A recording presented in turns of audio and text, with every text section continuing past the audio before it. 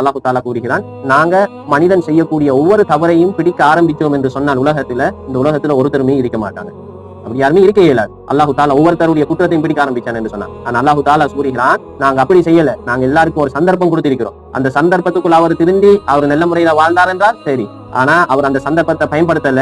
நாங்க அந்த சந்தர்ப்பத்தை கொடுத்திருக்கிறோம். அந்த சந்தர்ப்பம் முடிகிற நேரத்துல நாங்க அவரை சந்திக்க வேண்டிய அந்த நாள்ல நாங்க அவரை சந்திப்போம், அங்கே இருக்கிறது என்பதாக அல்லாஹு தாலா எச்சரிக்கையாக குர்ஆன்ல பல இடங்கள்ல கூறியிருக்கிறான். அது அநியாயம் செய்த நபராக இருக்கலாம், அல்லாஹ்வை நிராகரித்து வாழ்ந்த நபராக இருக்கலாம், யாராக இருந்தாலும் நாளைய கியாமத்துடைய நாளையில பதில் சொல்லிதான் ஆக வேண்டும். அங்க போய் தான் என்ன செய்வாங்க, நிறைய பேர் கை செய்தப்படுவாங்க. அல்லாஹு தாலா சூரா சஜதாவுல கூறுகிறான், இப்படி கை செய்தப்பட்டு அல்லாஹ்வை நிராகரித்து வாழ்ந்த உலகத்துல வாழக்கூடிய ஒவ்வொரு மனிதனும் நாளைக்கு சொல்லுவானாம், ரப்பனா அபுசர்னா, என்னுடைய இறைவா நாங்க பார்த்து விட்டோம், வசமிஅனா, நாங்க கேட்டுட்டோம், இதுதான் உண்மை என்று நாங்க கேட்டுட்டோம், ஃபர்ஜிஅனா நஅமல் சாலிஹா, எங்களை திருப்பி இன்னொரு தடவை உலகத்துக்கு அனுப்பிடியா அல்லாஹ், நல்ல அமல் செய்துட்டு நாங்க திருப்பி வாரோம் என்பதாக அல்லாஹு தாலா இவர்களுடைய கை சேதத்தை குர்ஆன்ல எங்களுக்கு